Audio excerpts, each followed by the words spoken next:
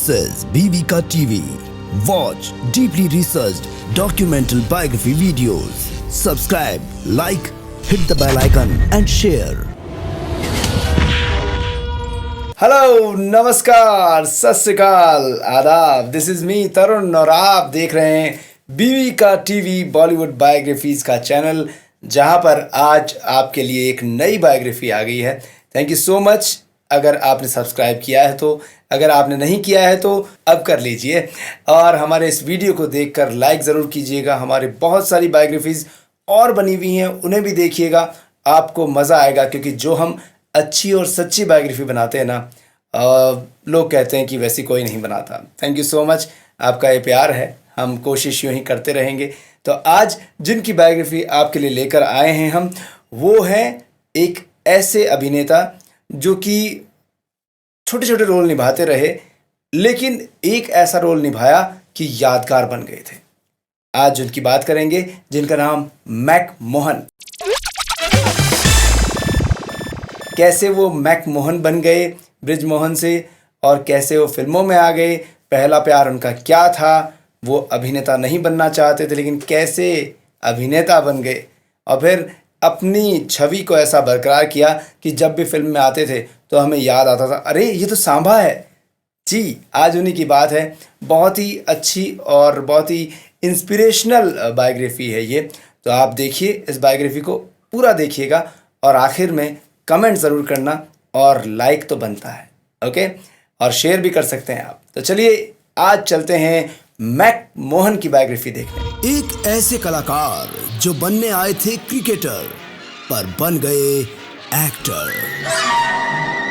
एक ऐसे अभिनेता जो फिल्म के एक ही डायलॉग से हो गए मशहूर। हर खलनायक के थे वो जोड़ीदार, हर डॉन था उनका दीवाना। जानना चाहते हैं वो थे कौन? मुझे तो याद नहीं रहा, तुम ही बताओ मैं कौन हूँ। He is none other than Sholay के सांभा मैक मोहन।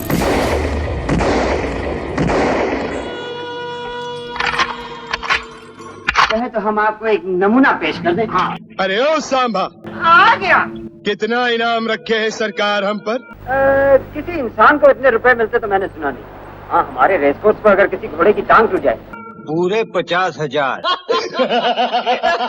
वाह भाई वाह, जो दिल के लेने के ढब जानते हैं वो तरकीब वरकीब सब जानते हैं। चल बे जंगा, चिड़ी की रानी है।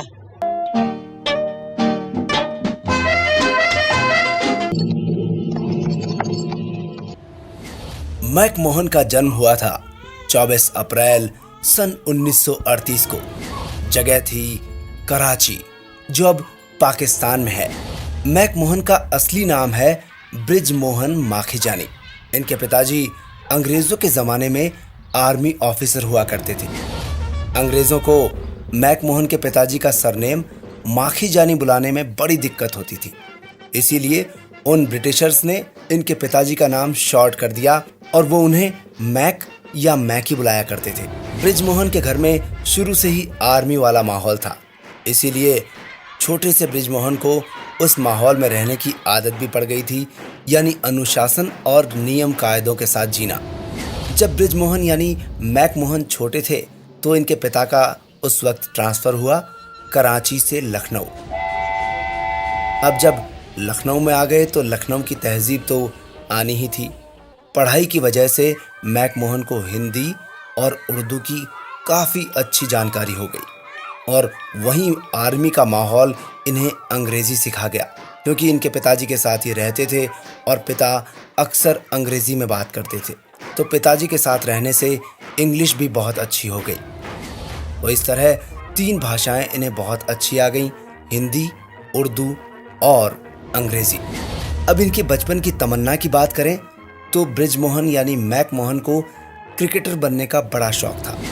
क्रिकेट खेलना इन्हें बहुत अच्छा लगता था, और अगर एक्टिंग की बात करें तो दूर दूर तक उसका कोई सीन नहीं था, कोई वास्ता नहीं था। हाँ, स्कूल में मैक मोहन ने कुछ ड्रामा में एक्ट किया था, लेकिन वो सिर्फ शौकिया तौर पर था, उसे व्यावसायिक तौर पर बनाने की इनकी कोई इच्छा नहीं थी। इनका मन तो क्रिकेट में एक नाम बनाने का था। लखनऊ में रहकर पढ़ाई के साथ साथ मैक ने क्रिकेट की बहुत अच्छी प्रैक्टिस की और फिर स्टेट से क्रिकेट खेलने भी लगे थे। पर इतना अच्छा खेलने के बावजूद भी इन्हें रणजी और टेस्ट मैचेस में खेलने का मौका नहीं मिला और उन्हीं दिनों इनके पिताजी का ट्रांसफ़र हो गया और वो फिर लखनऊ से मुंबई आ गए। मैक मोहन इस बात से बहुत खुश थे क्योंकि उस वक्त मुंबई ही एक ऐसी जगह थी जहां क्रिकेट की सबसे अच्छी ट्रेनिंग हुआ करती थी और मैक मोहन का तो सपना ही क्रिकेट की दुनिया में नाम कमाना था। इसीलिए उन्होंने मुंबई आने के साथ ही कुछ ही दिनों में फिर क्रिकेट की ट्रेनिंग लेना भी शुरू कर दिया था। क्रिकेट खेलते खेलते मुंबई में ही इनकी एक दिन मुलाकात हुई नाटक के एक डायरेक्टर से। उन दिनों वो डायरेक्टर एक हिंदी नाटक करने की सोच रहे थे। डायरेक्टर मैक मोहन से बोल पड़े, मैक, तुम्हारी हिंदी बहुत अच्छी है, तुम हमारे इस नाटक में काम करो, हमें अच्छा लगेगा। तब मैक मोहन ने कोई इंटरेस्ट नहीं लिया, पर डायरेक्टर ने बार बार इनसे कहा, प्लीज़ आप मेरे इस नाटक में काम कर लीजिए। और अब मैक मोहन मना नहीं कर पाए। वो नाटक में काम करने के लिए राज़ी हो गए और ये भी बहुत संजोग रहा कि इस नाटक में मैक मोहन की माँ का किरदार जिन्होंने निभाया वो थी मशहूर एक्ट्रेस शौकत आज़मी, जो कि जानी मानी अभिनेत्री शबाना आज़मी की माँ थी। मैक मोहन ने उनके बेटे का रोल निभाया और ये नाटक बहुत हिट रहा और इस ड्रामा की इतनी डिमांड बढ़ी कि फिर इसके 4 शोज और हुए थे। मैक मोहन का काम भी सबने बहुत पसंद किया। एक दिन फिर शौकत आज़मी ने कह दिया, मैक, तुम इतनी अच्छी एक्टिंग करते हो, हमारा थिएटर ग्रुप क्यों नहीं ज्वाइन कर लेते? तब मैक ने कहा, शौकत आपा, मैं क्रिकेटर बनना चाहता हूँ, एक्टर बनने का मेरा कोई मन नहीं। तब शौकत आज़मी ने कहा, मैक, तुम एक बार हमारे थिएटर ग्रुप में आकर देखो तो सही कैसा माहौल होता है, तुम्हें अच्छा लगेगा। पर मैक मोहन ने बड़ी सादगी से उन्हें मना कर दिया और कहा, शौकत आपा, मैं सिर्फ क्रिकेटर ही बनना चाहता हूँ, इसके अलावा कुछ नहीं। उन्हीं दिनों इप्टा में भी एक नाटक होने वाला था जिस नाटक का नाम था इलेक्शन का टिकट। इस नाटक के डायरेक्टर थे विश्वामित्र और इस ड्रामा में एक किरदार था जिसका नाम था डॉलर वाला। ये किरदार अंग्रेज की तरह हिंदी बोलता है और अंग्रेजी में स्पीच दिया करता है। और अब इस किरदार के लिए डायरेक्टर विश्वामित्र ने बहुत से लोगों का ऑडिशन किया पर बात नहीं बनी। तब एक दिन शौकत आज़मी ने डायरेक्टर विश्वामित्र से कहा, एक लड़का है मैक मोहन, मैं जानती हूँ उसे, वो इस कैरेक्टर के लिए बेस्ट है। तब शौकत आज़मी के कहने पर मैक मोहन उस नाटक के ऑडिशन में पहुँचे, पास हुए और नाटक में काम करने की हाँ भी कर दी। पर मैक मोहन को हाँ करने से पहले ये नहीं पता था कि इस नाटक की प्रैक्टिस के लिए 2 महीने तक रिहर्सल पर आना होगा और वहाँ रिहर्सल पर जाने की वजह से अब क्रिकेट प्रैक्टिस पर भी फर्क पड़ने लगा था। पर वो नाटक में काम करने की हाँ कर चुके थे, इसलिए नाटक और क्रिकेट चलता रहा। जब नाटक के 2 हफ्ते ही बचे थे तब क्रिकेट के दौरान एक बॉल मैक मोहन के चेहरे पर आकर लगी, जिसके कारण इनका चेहरा सूज गया था। तब नाटक के डायरेक्टर विश्वामित्र ने कहा था, जब तक हमारे नाटक का शो नहीं हो जाता तब तक प्लीज तुम मैच मत खेलो, कहीं ऐसा ना हो कि आपके कारण ये नाटक परेशानी में पड़ जाए। अब मैक मोहन का जुनून तो क्रिकेट था, पर उन्होंने डायरेक्टर की बात और वक्त की नज़ाकत को समझा और अपना सारा ध्यान फिर नाटक पर लगा दिया। मैक मोहन ने अपने किरदार पर बहुत मेहनत की और ऐसा अभिनय किया कि लोग देखते रह गए। जब इस नाटक को स्टेज पर मंचित किया गया तो बहुत से लोगों ने इस नाटक को देखा। ये नाटक बहुत हिट साबित हुआ था। नाटक इप्टा का था, इसीलिए बहुत सी मशहूर फिल्मी हस्तियां भी इस नाटक को देखने के लिए वहां पहुंची थी। जब नाटक पूरा हुआ तो सभी ने तालियों से अभिवादन किया और फिल्मालय स्कूल ऑफ एक्टिंग के कोच पीडी शेनॉय भी उस दिन उस नाटक को देखने पहुंचे थे। नाटक के खत्म होते ही पीडी शेनॉय बैक स्टेज पर आकर मैक मोहन के पास पहुंचे और बहुत तारीफ की। मैक मोहन को पीडी शेनॉय ने कहा, तुम बहुत अच्छी एक्टिंग करते हो, तुम्हें हमारा एक्टिंग स्कूल ज्वाइन कर लेना चाहिए, तुम्हारे काम में और भी निखार आ जाएगा। अब तक मैकमोहन को ये पता नहीं था कि एक्टिंग सिखाने का भी कोई इंस्टीट्यूट या स्कूल हुआ करता है। मैकमोहन ने पीडी शेनॉय से कह दिया, कोई एक्टिंग किसी को कैसे सिखा सकता है? ये तो नेचुरल चीज़ है जो इंसान के अंदर से आती है। मुझे लगता है कि एक्टिंग सीखने का कोई इंजेक्शन नहीं होता कि जिसे लगाया जा सके और एक्टिंग आ जाए। इस बात को सुनकर झट से पीडी शेनॉय ने कह दिया, मैक तुम एक बार फिल्मालय ज़रूर आना, फिर मुझे बताना कि तुम्हें कैसा लगता है। पीडी शेनॉय के कहने पर फिर एक दिन मैकमोहन फिल्मालय स्टूडियो चले गए। वहाँ जाकर जब मैकमोहन ने वहाँ का माहौल देखा तो मैक की सोच बिल्कुल बदल गई। मैकमोहन ने देखा कि आर्टिस्ट को कैसे वॉइस एक्सरसाइज करवाई जाती है, वॉइस कल्चर कैसे सिखाया जाता है, मेडिटेशन, योगा और बहुत सी एक्सरसाइजेज करवाई जाती हैं। हर फील के साथ कैसे बोला जाए ये सिखाया जाता है। मैकमोहन ये सब कुछ देखकर दंग रह गए और साथ ही इतने इम्प्रेस हुए कि उसी वक्त मैक ने फैसला कर लिया कि अब तो एक्टिंग को ही सही मायने में सीखूंगा और फिर लोगों को बताऊंगा एक्टिंग क्या होती है। और अब फिल्मालय ज्वाइन कर लिया मैकमोहन ने और पूरे 3 साल तक मैकमोहन ने वहाँ पर एक्टिंग सीखी और साथ ही सिखाई भी। पर एक्टिंग कोच बनना इनका मकसद नहीं था, इनका मकसद तो था एक्टिंग करना। बहरहाल 1.5 साल तक मैकमोहन ने फिल्मालय में एक्टिंग सिखाई और उसके बाद खुद फिल्मों में आने की सोचने लगे। मैकमोहन जानते थे कि मेरी पर्सनैलिटी और शक्ल हीरो जैसी नहीं है, तो हीरो तो बनना मुश्किल है। और दूसरी ओर अगर विलन की बात करें तो भारतीय दर्शक तो विलन को हट्टा कट्टा देखना चाहते हैं और ऐसा चेहरे पर रौब देखना चाहते हैं जिसको देखकर देखने वाले देखते रह जाएं। तो विलन बनना भी बड़ा मुश्किल है। मैकमोहन ने फिर अपने आप को पहले ही इस बात के लिए तैयार कर लिया कि मुझे तो जैसे भी रोल मिले मैं ऐसा अपना किरदार निभाऊंगा कि लोग तालियां बजाएं, क्योंकि अब उनका जुनून सिर्फ एक्टिंग बन चुका था। और अब इनके ब्रिजमोहन से मैकमोहन बनने की बात करें तो मैकमोहन का नाम तो असल में ब्रिजमोहन माखीजानी था, पर कॉलेज में इनके दोस्त इन्हें मैक कहकर बुलाते थे। मैक में अभी आया। अरे राकेश, गाड़ी कहाँ लेके जा रहा है? मैकमोहन अपना कुछ अलग नाम भी रखना चाहते थे, क्योंकि उस वक्त फैशन था कि हर नाम के पीछे कुमार लगे। अब मैकमोहन कुमार या ब्रिजमोहन कुमार कुछ जमता नहीं, इसीलिए उस वक्त कुछ हटकर नाम रखने की चाह में थे ब्रिजमोहन माखीजानी। नाम बदला तो मोहन रख लिया, ब्रिज हटा दिया और माखीजानी को मैक कर दिया और इस तरह इनका नाम मैक मोहन हो गया। ये अनोखा नाम सबको पसंद आया और अपने इस अनोखे नाम के साथ मैकमोहन ने ये भी रिकॉर्ड बनाया कि कई फिल्मों में इनके किरदारों का नाम मैक ही हुआ करता था। मैक, तुम क्या समझते हो? विक्रम, मैक, एक एक बात वापस आ गई। और शुरुआती दौर की कई फिल्मों को हम देखें तो इनका नाम टाइटल में ब्रिजमोहन लिखा आता था, जो कि फिल्मों को देखते वक्त हमें पता चलता है। अब 1.5 साल एक्टिंग सीखने और सिखाने के बाद मैकमोहन ने फिल्मों में कदम रखा। मैकमोहन की पहली फिल्म थी साल 1961 की जंगली, जो कि शम्मी कपूर की जानी मानी फिल्म है। इन्होंने एक ऑफिस एग्जीक्यूटिव का रोल निभाया था। हमारे साहब को तो बात तक करने की तमीज नहीं। फिर साल 1964 जब आया तो इन्हें एक पहचान दे गया और वो भी सही मायने में मैकमोहन की फिल्मों की शुरुआत कही जाने वाली फिल्म कही जाती है। नाक में दम कर दिया है, कहाँ ड्यूटी लगा दी सरकार ने।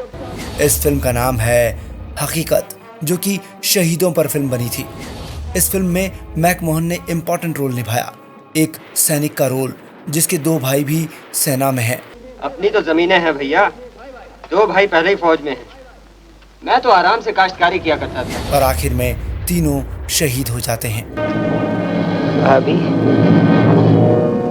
भारतीय फिल्मों का एक देशभक्ति गीत ऐसा है जो हर साल 15 अगस्त और 26 जनवरी को प्ले होता है। ये गाना है इस गाने में भी मैकमोहन दिखाई दिए थे। और ये भारत में एक देशभक्ति पर बनी यादगार फिल्म है जिसे चेतन आनंद ने बनाया था।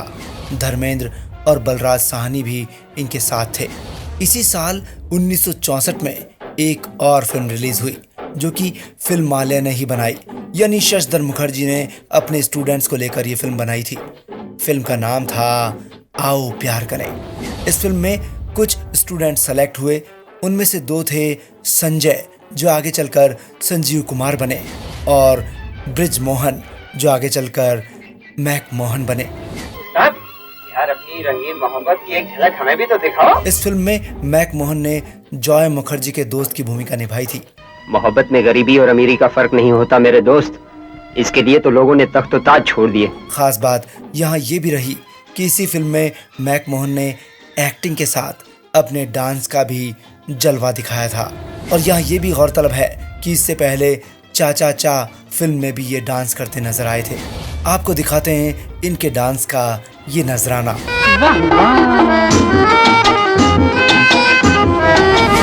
ये जुटी जुटी जुटी निगाहें तेरी। साल 1966 फिल्म रिलीज हुई थी स्ट्रीट सिंगर। इस फिल्म में मैक मोहन ने एक आवारा आदमी की भूमिका निभाई थी। साल 1967 जब आया तो मैक मोहन का नाम स्क्रीन पर असल में मैक मोहन दिखा। इससे पहले तो ब्रिज मोहन सिल्वर स्क्रीन पर लिखा आता था, लेकिन जिस फिल्म से मैक मोहन नाम सभी ने स्क्रीन पर देखा वो फिल्म थी साल 1967 में रिलीज हुई शागिर्द। लेकिन कुछ फिल्में आगे ऐसी भी रिलीज हुई जिनमें इनका नाम ब्रिज मोहन ही लिखा आया, क्योंकि ये पहले साइन की हुई फिल्में थी। साल 1963 की फिल्म थी आया सावन झूम के और 1970 की सुहाना सफर।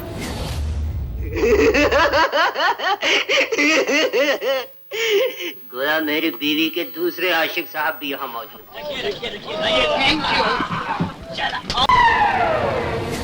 अब मैक मोहन का सिक्का चल चुका था। फिल्मों में काम मिलना आसान होता चला गया। इनके व्यवहार और एक्टिंग के टैलेंट के कारण इन्हें सब लोग बहुत पसंद करते थे। साल 1971 में दुनिया क्या जाने, साल 1972 लेकर आया गुलिस्ता हमारा। ऐसी ही कुछ और फिल्में इनकी रिलीज हुई। सुशीमा नदी पर पुल नहीं बनेगा, काम बंद करो, हम तुमको बोल चुका। और साल 1973 में इनकी एक ऐसी फिल्म रिलीज हुई थी जो कि भारतीय सिनेमा की एक जानी मानी फिल्म है। प्रकाश मेहरा ने इसी फिल्म से अमिताभ बच्चन को एंग्री यंग मैन दिखाया था।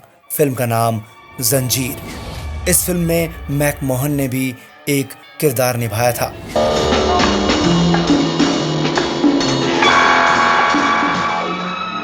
जो कुछ तुमने मुझे बताया वो इन सबको बता।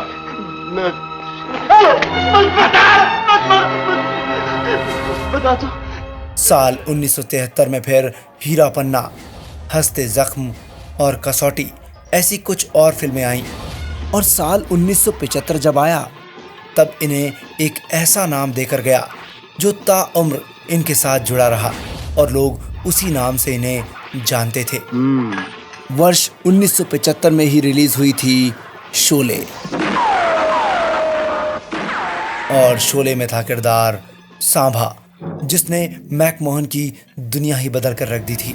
पूरी दुनिया के लिए इसी फिल्म ने मैक मोहन को बना दिया था अरे ओ सांभा। सांभा। ये एक ऐसा किरदार रहा जिसमें इनके सिर्फ 3 ही शब्द थे, पूरे 50,000। ये डायलॉग आज भी मशहूर है और इस किरदार ने मैक मोहन को लाखों लोगों का चहेता बना दिया था।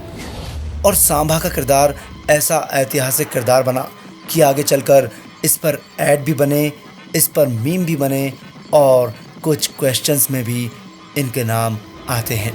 पर यहाँ ये बात गौरतलब है कि सिर्फ पूरे 50,000 इतना छोटा सा ही किरदार या रोल नहीं था शोले फिल्म में मैक मोहन का।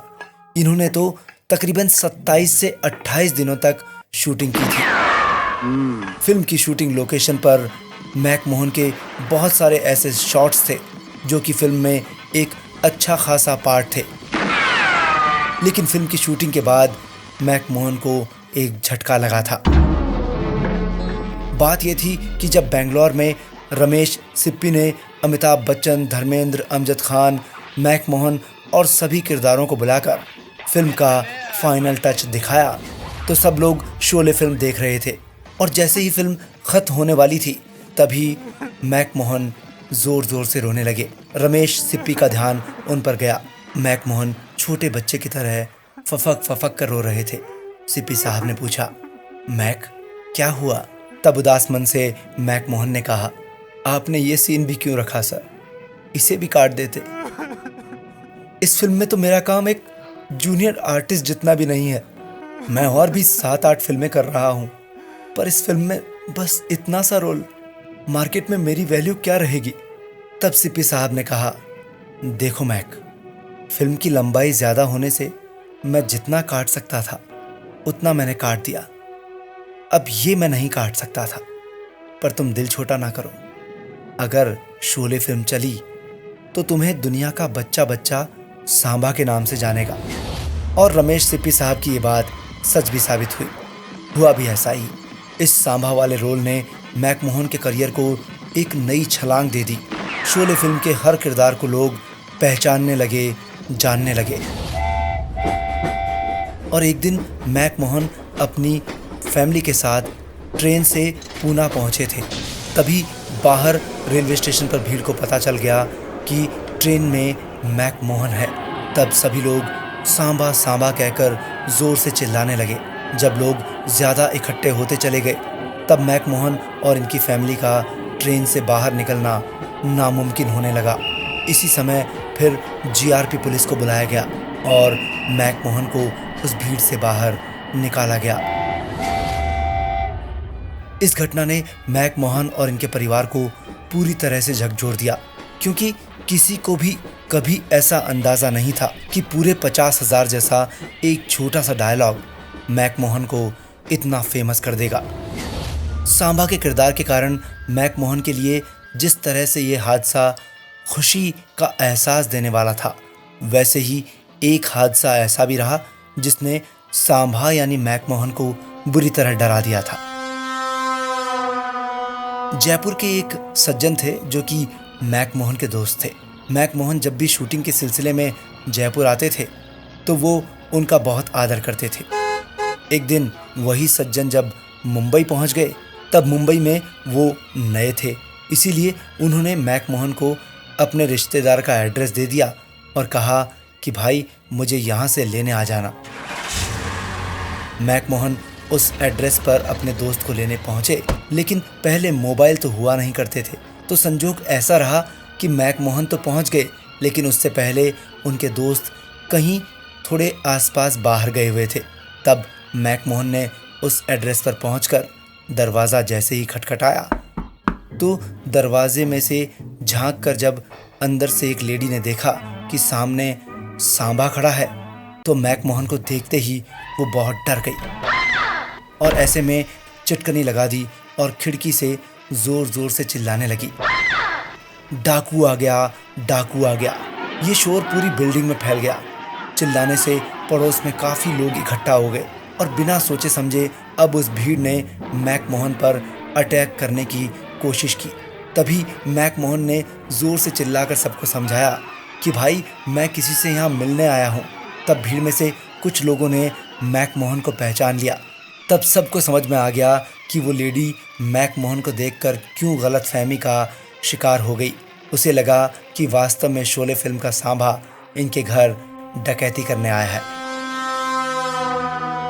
लोगों ने फिर अपने बर्ताव के लिए मैक मोहन से माफी मांगी, पर मैक मोहन के लिए वो गुस्से वाली भीड़ को देखना डराने वाला पल था। मैक मोहन ने इंटरव्यू में बताया था कि इस हादसे के बाद मैं उस जयपुर वाले दोस्त से कभी नहीं मिला। यहाँ ये बात भी गौरतलब है कि सांबा का ये डायलॉग पूरे 50,000, सिर्फ इतना सा ही डायलॉग इनका नहीं था। एक डायलॉग और था। ये डायलॉग था जब सचिन पिलगांवकर घोड़े से आते हैं और शहर नौकरी के लिए जा रहे होते हैं। सामने से सांबा और सांबा के कुछ दोस्त उन्हें रोकते हैं और गब्बर के सामने पेश करते हैं। चल बे जंगा, चिड़ी की रानी है। चिड़ी की रानी तो ठीक है सांबा, वो देख चिड़ी का गुलाम आ रहा है। बहरहाल शोले रिलीज होने के बाद तब एक इंटरव्यू में अभिनेत्री तबस्सुम ने इनसे पूछा था कि आपने शादी क्यों नहीं की। तब मैक ने बड़े प्यार से कहा था, हर सवाल का जवाब देना जरूरी नहीं है। उस वक्त तक तो मैक मोहन को अपनी जीवन साथी नहीं मिली थी, लेकिन एक दिन ऐसा वाकया हुआ जब इनका सामना अपनी जीवन साथी से हुआ और वो इनका इंतजार कर रही थी एक हॉस्पिटल में। जी हाँ, मैक मोहन के पिताजी की थोड़ी तबीयत नासाज थी। तब पिता को लेकर इन्होंने जुहू आरोग्य निधि हॉस्पिटल का रुख किया और वहां पर अपने पिता को भर्ती करवाया। वहीं इनकी मुलाकात हुई डॉक्टर मिन्नी से। इलाज करवाने पिता का गए थे और खुद बीमार हो गए, यानी इश्क के बीमार। मुलाकात कब मुलाकातों में बदली और मुलाकातें कब प्यार में तब्दील हुई, दोनों को ही पता नहीं चला। और फिर डॉक्टर मिन्नी और मैक मोहन की हुई शादी। फिल्मी सफरनामे की बात करें तो शोले की रिलीज के बाद सन 1975 यानी 1975 में प्रेम कहानी फिल्म रिलीज हुई। साल 1976 यानी 1976 में हेरा फेरी आई और साथ ही खून पसीना, ये दोनों ही फिल्मों में ये अमिताभ बच्चन के साथ थे। भैया बुरा वक्त भगवान किसी को न दे, जरा माचिस देना। हाँ ले। साल 1977 में इनकी कुछ फिल्में आईं, चोर सिपाही, अब क्या होगा। और वहीं मैक मोहन ने इसी साल 1977 में ही एक और फिल्म की जो कि अमिताभ बच्चन की सुपर हिट फिल्म है। फिल्म का नाम डॉन। मैक गाड़ी स्टार्ट करके रखो। मैक मोहन अक्सर अपनी फिल्म डॉन की शूटिंग का एक किस्सा सभी को बताते थे। उस दिन ये हुआ था कि फिल्म के एक सीन में मैक मोहन अमिताभ बच्चन को गाड़ी में बैठाकर भगा कर ले जाते हैं। पुलिस से बचने के लिए वो तेज गाड़ी चलाने वाला सीन था। मैक मोहन जब गाड़ी चला रहे थे तो वो कैरेक्टर में इतने खो गए कि उन्हें पता ही नहीं चला कि वो वास्तव में गाड़ी को बहुत तेजी से भगा रहे हैं। और अमिताभ बच्चन शूटिंग के दौरान काफ़ी परेशान होते जा रहे थे क्योंकि वास्तव में इतनी तेज़ गाड़ी चलाने की कोई ज़रूरत नहीं थी। रिस्की टर्न भी लिए जा रहे थे मैक मोहन। तभी अमिताभ बच्चन ने कह दिया, मैक ये गाड़ी इतनी तेज़ क्यों चला रहे हो? रियल में इतनी तेज़ गाड़ी चलाने की क्या ज़रूरत है? गाड़ी तेज़ तो इफ़ेक्ट के ज़रिए भी दिखाई जा सकती है। तुम कहाँ खो गए हो? अरे गाड़ी धीरे करो। रोको, गाड़ी रोको। अमिताभ बच्चन की ये बात सुनने के बाद मैक मोहन अपने कैरेक्टर से बाहर आए और सबकी जान में जान आई, वरना उस दिन शायद गाड़ी पलट भी सकती थी। गाड़ी इस तरफ को मालूम। अब एक किरदार की बात करते हैं जिसका नाम होता था ब्रिगेंजा। जी हाँ, ये नाम भारतीय फिल्मों में कई बार आया था, लेकिन इस नाम को फिल्मों में लाने वाले कोई और नहीं है, वो सिर्फ मैक मोहन ही थे। You are wonderful, wonderful. ये बात है फिल्म हंसते जख्म की, जिसके डायरेक्टर थे चेतन आनंद। उन्होंने एक दिन मैक मोहन को कहा, देखो मैक, वर्ल्ड फेमस पेंटर रहे हैं पिकासो, उनका रियल नाम बहुत बड़ा था, इसीलिए उन्होंने अपना नाम पिकासो रखा था। क्यों नहीं तुम भी एक एंटीक सा नया नाम लेकर आओ जो कि तुम्हारे कैरेक्टर के लिए हो। तब मैक मोहन ने इस काम के लिए स्पेनिश मैगजीनें पढ़ी तो एक एंटीक सा बिल्कुल अतरंगी सा नाम लेकर चेतन आनंद के पास आए। चेतन आनंद ने मैक मोहन के लाए इस नाम का आखिरी शब्द ही पसंद किया और कहा, ये लो, नाम हो गया। और फिर इसी दिन जन्म हुआ था इस नाम का, mister Braganza. Señor Ernesto Fidalgo Anthony Rosario Rodrigo de la Casarobana El Hispana Ferdinando Braganza at your service। और कई बारी फिल्मों में कुछ एक्ट्रेस का नाम भी मिसेस ब्रिगेंजा नजर आया था। मैक मोहन काम करते चले गए और आने वाले हर नए पुराने डॉन की गैंग में शुमार होते रहे।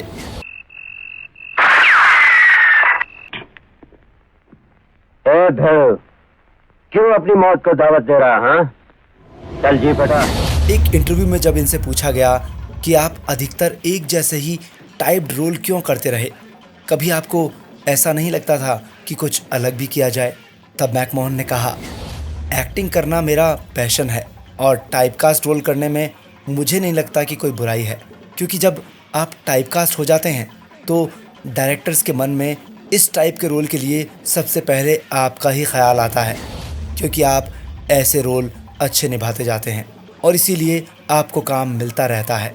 और वाकई में मैक मोहन को हमेशा काम मिलता रहा और फिल्म इंडस्ट्री में मैक मोहन ने अपनी एक अलग पहचान बनाई, इसीलिए आज लोग उन्हें याद करते हैं। साथ ही इनका स्टाइल भी बिल्कुल अलग था और अलग ही टाइप का हेयर स्टाइल भी रखते थे मैक मोहन। तुम ताश में हमेशा जीतते हो डॉन। याद है उस दिन यहाँ से जाने से पहले तुमने मुझे ये 3 पत्ते दिखाए थे? कुछ फिल्मों का यहाँ जिक्र करें, डॉन, शोले, कर्ज, सत्ते पे सत्ता, जंजीर, रफू चक्कर, काला पत्थर, शागिर्द, सलाखें, शान, खून पसीना, ऐसी बहुत सी फिल्में हैं और इन सबको मिलाकर तकरीबन 200 फिल्मों में काम किया मैक मोहन ने। मैक मोहन ने हिंदी फिल्मों के अलावा गुजराती, हरियाणवी, मराठी, पंजाबी, सिंधी ऐसी कई भाषाओं की फिल्मों में काम किया। मैक मोहन बताते थे कि मैंने उड़िया भाषा को छोड़कर तकरीबन हर भाषा की फिल्म में काम किया है। मैक मोहन के लुक्स को देखते थे तो ऐसा लगता था कि सिर्फ इन पर इंग्लिश या हिंदी डायलॉग ही अच्छे लगेंगे, पर जब ये मराठी, गुजराती, पंजाबी ऐसी भाषाएं बोलते नजर आते तो कई लोग ये कहते थे कि ये अंग्रेज हमारी रीजनल भाषा कैसे बोल रहा है। सर जूडा का कहना है कि कामिनी देवी को हमारे हवाले कर दिया जाए। इंग्लिश भाषा की बात करें तो अंग्रेजी लिखने और बोलने में इनकी ज़बरदस्त कमांड थी और ज़्यादातर इंग्लिश बुक्स ही पढ़ा करते थे मैक मोहन। यहाँ ये भी आपको बताएं कि मैक मोहन ने इंग्लिश, रशियन एंड स्पेनिश ऐसी फिल्मों में भी डायलॉग डिलीवरीज दी थी। मैक मोहन का क्रिकेट के साथ एक और शौक था, वो था शेर शायरियों का, और वो अक्सर शेर शायरियों की बुक्स भी पढ़ा करते थे। आजकल क्या लिख रहे हो? किसके लिए लिखूं? कोई पढ़े तो सही। अब तुम ही देख लो ना, लड़कियां प्रेम पत्र लिखती हैं, उसे लड़के नहीं पढ़ते, उनकी दिलचस्पी कहीं और है। क्लर्क लोग अपनी तनख्वाह बढ़ाने के लिए मालिक को जो अर्जी लिखते हैं उसे मालिक लोग नहीं पढ़ते, और मालिक जो ब्लैक का हिसाब लिखते हैं उसे इनकम टैक्स वाले नहीं पढ़ पाते। अरे भाई, सरकार ने इसके खिलाफ इतना लिखा है, तुमने कभी वो पढ़ा? नहीं। तो मैं किसके लिए लिखूं? मैक मोहन की लाइफ स्टाइल देखें तो आर्मी बैकग्राउंड रहा था बचपन से ही, इसी कारण ये टाइम के बड़े पक्के थे और घर में भी डिसिप्लिन वाला माहौल बनाकर रखते थे। मैक मोहन की अब निजी जिंदगी की बात करें तो मैक मोहन और मिन्नी के 3 बच्चे हुए, एक बेटा और 2 बेटियां। बेटियों के नाम हैं मंजरी और विनती, बेटे का नाम विक्रांत। इनकी बड़ी बेटी मंजरी माखीजानी लॉस एंजलिस में रहती हैं। वो एक डायरेक्टर और राइटर हैं। मंजरी ने बॉलीवुड से हॉलीवुड तक कई फिल्मों में डायरेक्शन का काम किया है। बॉलीवुड में विशाल भारद्वाज से लेकर हॉलीवुड में क्रिस्टोफर नोलन और कई फिल्म मेकर्स के साथ काम किया है। वहीं मंजरी कुछ शॉर्ट फिल्में भी बना चुकी हैं जिन्हें इंटरनेशनल फिल्म फेस्टिवल में अवार्ड से नवाजा गया है। ईयर 2016 यानी 2016 में American film institute conservatory workshop के लिए पूरी दुनिया से 8 महिलाओं को सन 2016 में चुना गया था। इन 8 महिलाओं में से एक महिला थी मैक मोहन की बड़ी बेटी मंजरी माखीजानी। यहाँ ये बात भी ख़ास है कि इस प्रोग्राम की शुरुआत साल 1974 में हुई थी और इसमें हिस्सा लेने वाली मंजरी माखीजानी दूसरी भारतीय महिला थी। मंजरी माखीजानी के नाम एक और रिकॉर्ड दर्ज है। मंजरी माखीजानी ने short film the corner table बनाई थी जो कि साल 2014 में कांस शॉर्ट फिल्म कॉर्नर का हिस्सा बनी और इस फिल्म को emerging film makers showcase category में चुना गया था।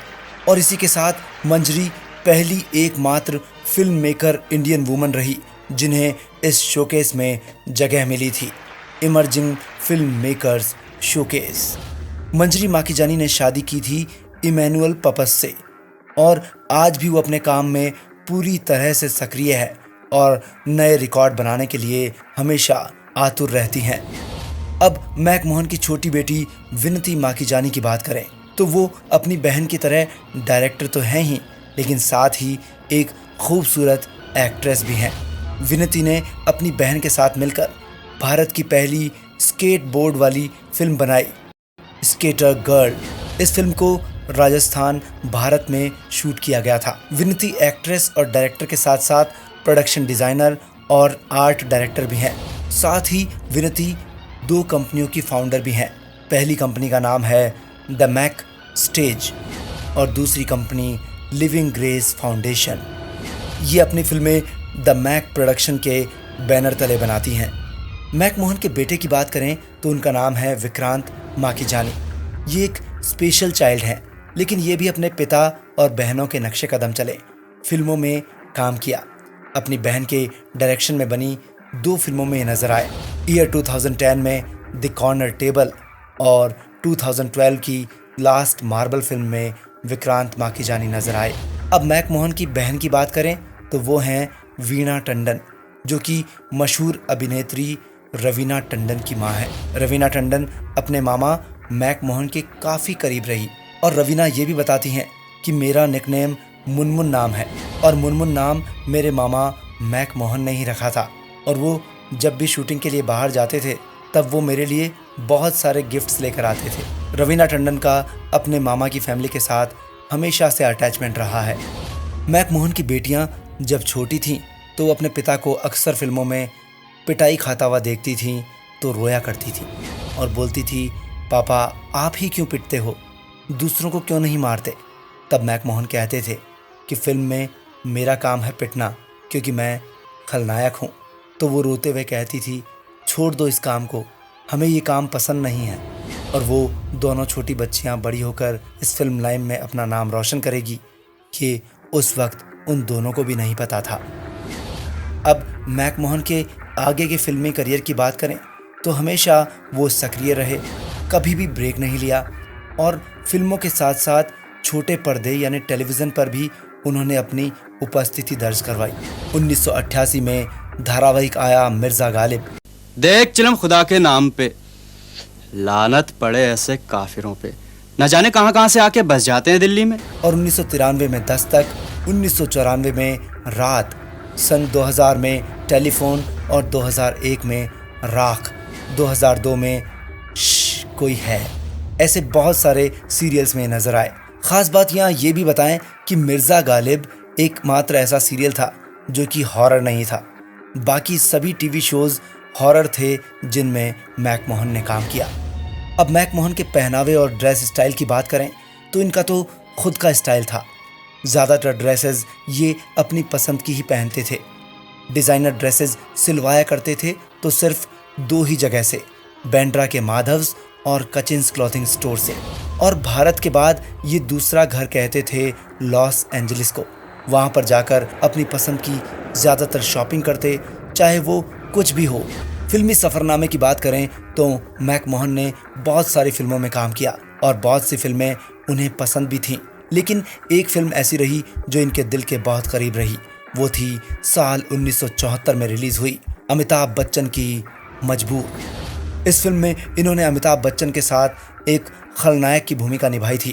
फरमाइए। इनका पूरा मेकओवर भी किया गया था।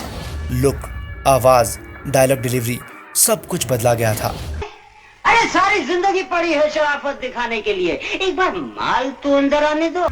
मैक मोहन को संगीत का भी बहुत शौक था। हालांकि वो गाते नहीं थे, पर संगीत सुनना बहुत अच्छा लगता था और संगीत के बारे में बहुत सी जानकारी, बहुत नॉलेज भी रखते थे। मैक मोहन का एक सपना और था, वो था फिल्म का डायरेक्शन करना और उन्होंने इसीलिए एक प्रोडक्शन कंपनी भी खोली जिसका नाम रखा था मैक प्रोडक्शंस। लेकिन वो कभी भी किसी फिल्म का निर्देशन नहीं कर पाए। आगे चलकर इनकी बेटियों ने निर्देशन में ऐसा हाथ आजमाया कि बहुत से अवार्ड जीते। अब मैक मोहन की उस फिल्म की बात करें जिसके बाद इनके फिल्मी करियर पर विराम लग गया। वो फिल्म थी अतिथि कब जाओगे। इसी फिल्म की शूटिंग के दौरान अचानक एक दिन मैक मोहन की तबीयत खराब हो गई थी। तब इन्हें मुंबई के कोकिलाबेन धीरूभाई अंबानी हॉस्पिटल में एडमिट करवाया गया। वहाँ डॉक्टर्स ने बताया कि मैक मोहन के फेफड़ों में ट्यूमर है। इसके बाद फिर इनका इलाज चलने लगा। पर तबीयत नासाज होती चली गई। फिर तारीख आई 10 मई 2010। 72 साल की उम्र थी। मैक मोहन इस दुनिया को अलविदा कह गए। बॉलीवुड के सांभा जिंदगी की जंग बहुत जल्दी हार गए। फिल्म इंडस्ट्री में जहां सबको मैक मोहन के जाने का अफसोस हुआ, वहीं महानायक अमिताभ बच्चन भी अपना दर्द दुख छुपा नहीं पाए। उन्होंने ट्वीट कर कर कहा, बहुत ही दुख हो रहा है ये बताते हुए कि मैक मोहन का निधन हो गया। वो एक कोमल हृदय वाले दयालु व्यक्ति थे, सभी की चिंता करने वाले मैक मोहन। पर उनके कमज़ोर शरीर ने उनकी चरित्र की ताकत और उनके दयालु स्वभाव को हरा दिया। मैक मोहन हमारे सांभा हमेशा हमारे दिलों में जिंदा रहेंगे। अमिताभ बच्चन। वहीं 14 मई 2010 को Asian academy of film and television ने नोएडा में फिल्म सिटी में एक विशेष प्रार्थना सभा रखी। वहां मैक मोहन के परिवार के साथ साथ दोस्त भी थे और साथ ही सबसे बुजुर्ग स्पॉट बॉय से लेकर महानायक अमिताभ बच्चन भी वहां पहुंचे थे। मैक मोहन इस दुनिया से भले ही चले गए हों, पर अच्छे इंसान और बेहतरीन अभिनेता के तौर पर वो हमेशा हमारे दिलों में जिंदा रहेंगे और जिंदा रहेंगे अपनी होनहार बेटियों के जरिए, जो देश का तो नाम रोशन कर ही रही हैं, साथ ही अपने पिता की इच्छा भी पूरी कर रही हैं। मैक मोहन के सपने और मैक प्रोडक्शन को संभाल रही हैं और आगे बढ़ा रही हैं। बीवी का टीवी सलाम करता है मैक मोहन को, जिन्होंने बहुत अच्छी अच्छी फिल्मों में अपनी छवि ऐसी बनाई कि सब लोग उन्हें याद करते हैं। और ऐसे ही बहुत से कलाकार हैं जिन्हें हम सिर्फ नाम से नहीं जानते, सिर्फ शक्ल से जानते हैं। हम सोचते हैं अरे हाँ उस फिल्म में देखा था, ये तो उनके साथ तो हमेशा आते हैं। ऐसे बहुत से कलाकार हैं। तो बीवी का टीवी पर उन कलाकारों की बायोग्राफी भी आएगी। जी हाँ, ऐसा नहीं कि सिर्फ बहुत बड़े बड़े कलाकार ही आएंगे, सबके बारे में आपको बताएंगे, क्योंकि बहुत लंबी फहरिस्त है। तो अगली बायोग्राफी किसकी होगी, फिर से सस्पेंस में आपको डालकर जाता हूँ। और आपके कमेंट बड़े प्यारे प्यारे आते हैं, तो आप यूं ही कमेंट करते रहिए। और मेरा वादा है, जो कमेंट्स बहुत ऐसे होंगे जो अलग, विरले से यूनिक, उनको मैं हमारे इस चैनल पर ज़रूर बताऊंगा। जैसे आबिदों की हमने बात की थी, वैसे ही और भी बहुत सारे हमारे कमेंट करने वाले हैं। तो आपकी चाहत यूं ही बनी रहे बॉलीवुड के प्रति और डूबे रहिए बॉलीवुड के प्यार में। अभी तरुण व्यास को दीजिए आज्ञा, नमस्कार करता हूं, लेकिन एक बार गुहार करता हूं, प्लीज़ सब्सक्राइब करिए हमारे चैनल को और लोगों तक भी पहुंचाइए, क्योंकि आप पहुंचाएंगे तभी तो हम सब तक पहुंच पाएंगे। थैंक यू सो मच, दिल से। ऑलराइट, नमस्कार, बाय बाय, डूबे रहिए बॉलीवुड के प्यार में।